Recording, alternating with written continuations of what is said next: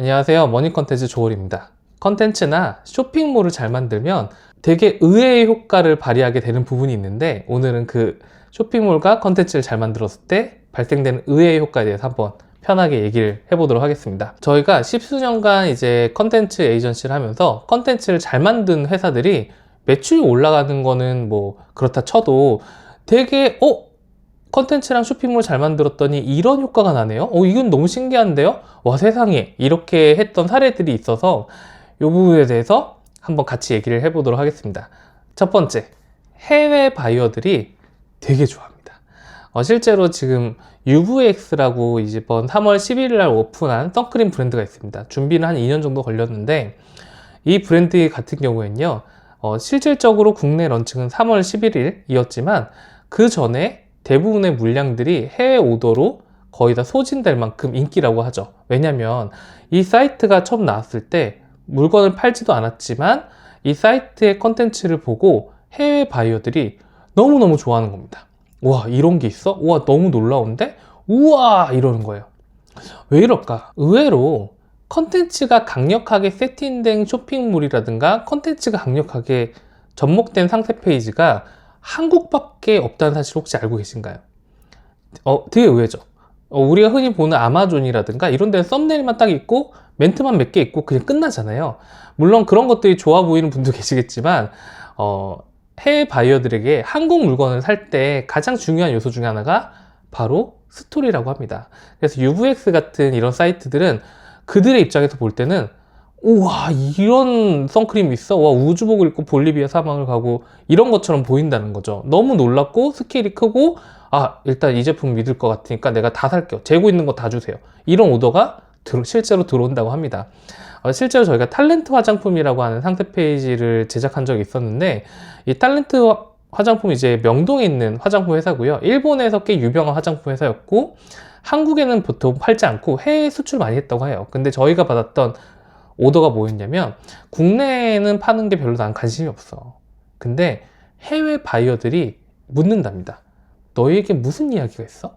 그 이야기거리를 좀 만들어 달라. 저희는 영어라든가 일본어 못하는데요? 중국어 못하는데요? 괜찮다. 그들은 한국어 다 번역한다. 지네가. 그래서 왕홍이라든가 일본의 뭐 셀러드한테 우리의 자랑들을 좀 잘 보여줘서 해외에 통할 만한 스토리가 있는 거를 좀 만들어줘. 이런 의뢰도 받은 적이 있을 정도로 컨텐츠랑 쇼핑몰 잘 만들게 되면요, 일단 첫 번째가 해외 바이어가 굉장히 좋아합니다. 자, 그리고 또 재밌는 게 있어요. 컨텐츠랑 쇼핑몰을 잘 만들게 되면 바로 생산 단가도 낮출 수가 있습니다. 이거 되게 의외인데, 보통 그 신생 브랜드잖아요. 신생 브랜드 때 컨텐츠를 좀 잘 만들고 이제 공장을 컨택하거나 이렇게 미팅을 하게 되면 실제로 생산 단가가 굉장히 낮아집니다. 실제로 어떤 예가 있었냐면, 이제 100억대의 제품을 1등이 100억대 정도 매출을 하고 있는 업체에 공장이 찾아간 거예요. 어떤 업체가. 그 업체가 이제 신생업체하고 실적이 하나도 없으니까 혹시 1등 업체가 거래하고 있다는 공장인데 저희도 이 제품 이렇게 디자인해서 만들 건데 같이 만들어 주실 수 있겠어요? 라고 했을 때 컨텐츠를 좀 보여줬답니다. 우리가 이렇게 준비하고 있고 이런 영상을 찍었고 이런 컨텐츠를 만들었어 라고 하니까 생산 단가를 100억대 쇼핑몰이 가져가는 단가로 맞췄다고 해요. 그 생산장 개수 자체는 많지 않았는데도 불구하고 생산하는 사람들 입장에서 이건 되게 천지개벽할 일인 거죠. 왜냐면 MOQ란 게 있잖아요. 생산 그 개수나 거래 실적에 따라서 단가는 낮아지게 되고 처음에 진입할 때는 마진 생각하지 않고 들어가야 되는데, 컨텐츠를 딱 보더니 이런 말 했답니다. 너희들은 이런 거 생전 처음 봤다.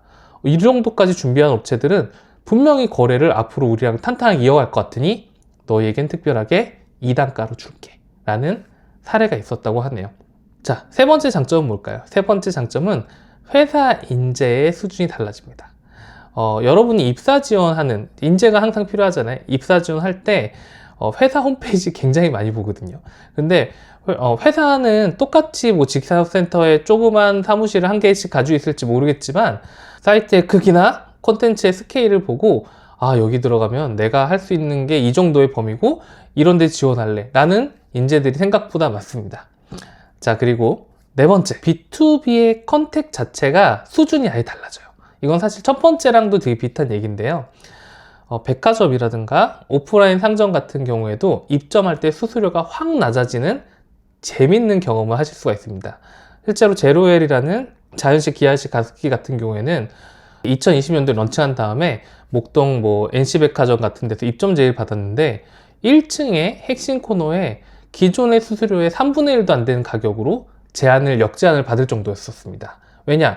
백화점 MD라든가 오프라인 브랜드가 봤을 때 상세 페이지에 그냥 상품만 쭉 있는 것과 스케일이 남다르고 좀 있어 보이는 업체와는 완전히 결이 다른 딜을 하게 되고요. 그리고 왜냐면 그들도 어떤 제품을 소개할 때 여러분이 가지고 있는 컨텐츠로 상품을 소개하기 때문에 컨텐츠가 좀 괜찮으면 괜찮을수록 당연히 여기는 우리가 매달려야 되는 업체야 라고 판단을 하고 B2B를 역제안도 많이 받지만 제안의 질이 완전히 달라지는 효과를 얻을 수도 있습니다. 자, 5번째 장점도 있습니다. 되게 의외의 장점이 많죠. 고객 클레임도 좀 달라집니다.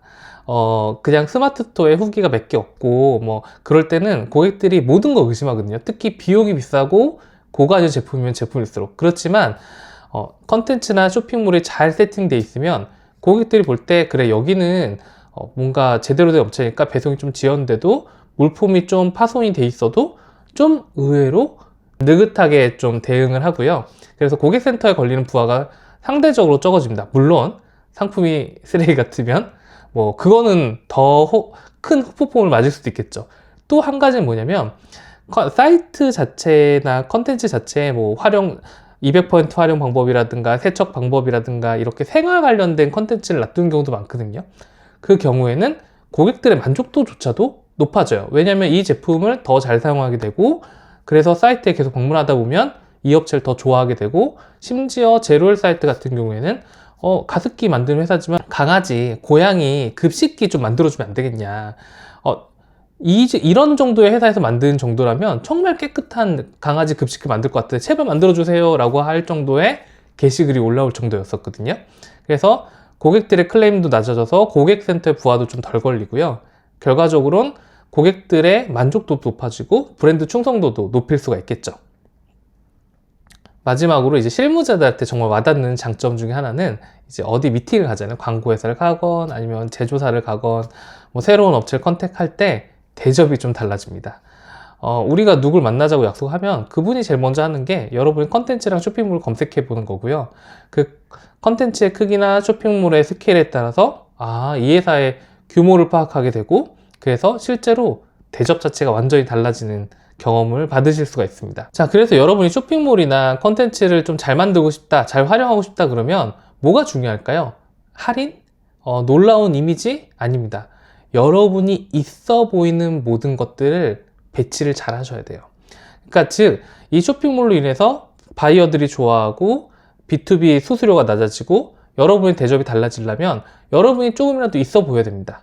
그래 인증받은 것도 1부터 100까지 다 나열을 하고 그 다음에 고객들도 많아 보이게 하고 여러분의 시설들도 좀 북적북적거리고 전문적으로 보여야지만 여러분의 이런 부가적인 이득을 더 얻을 수가 있고요. 그래서 박람회라든가 교육 참여했던 것까지 티끌도 다 모아가지고 태산처럼 보이게 하는 게 되게 중요합니다. 자, 그래서 이제 여러분 이제 해외 사이트를 만들거나 아니면 나도 의리하게 좀 보이고 싶고 헤어 바이어한테 좀 더 좋은 조건의 딜을 받고 싶고 이렇게 한다면 여러분 반드시 알아야 될 팁이 하나 있습니다. 바로 뭐냐면 해외용으로 사이트를 만드는 경우에는 웹코딩과 이미지 기반 사이트의 차이를 좀 아셔야 돼요. 웹코딩은 여기 보이시는 약간 프로시 같은 사이트를 얘기합니다. 프로시 같은 경우에는 이미지로만 돼 있지 않고요. 이미지에 드래그를 해보면 글자들이 막 드래그가 되죠. 이게 바로 웹코딩형 사이트입니다. 지금 모든 페이지들이 코딩이 돼 있죠. 코딩이 돼 있다는 건 뭐냐면 어디에서 접속을 했었을 때 쭉 빠르게 세계 어디에서도 빠르게 로딩이 된다는 거죠. 우리나라는 한국이라는 곳에 서버를 카페24라든가 이런 업체는 한국에 서버를 두고 있기 때문에 프랑스에서 접속을 하거나 아니면 남미에서 접속을 할 때 당연히 속도가 느립니다. 그래서 우리가 스마트 스토어에서 보이는 이미지형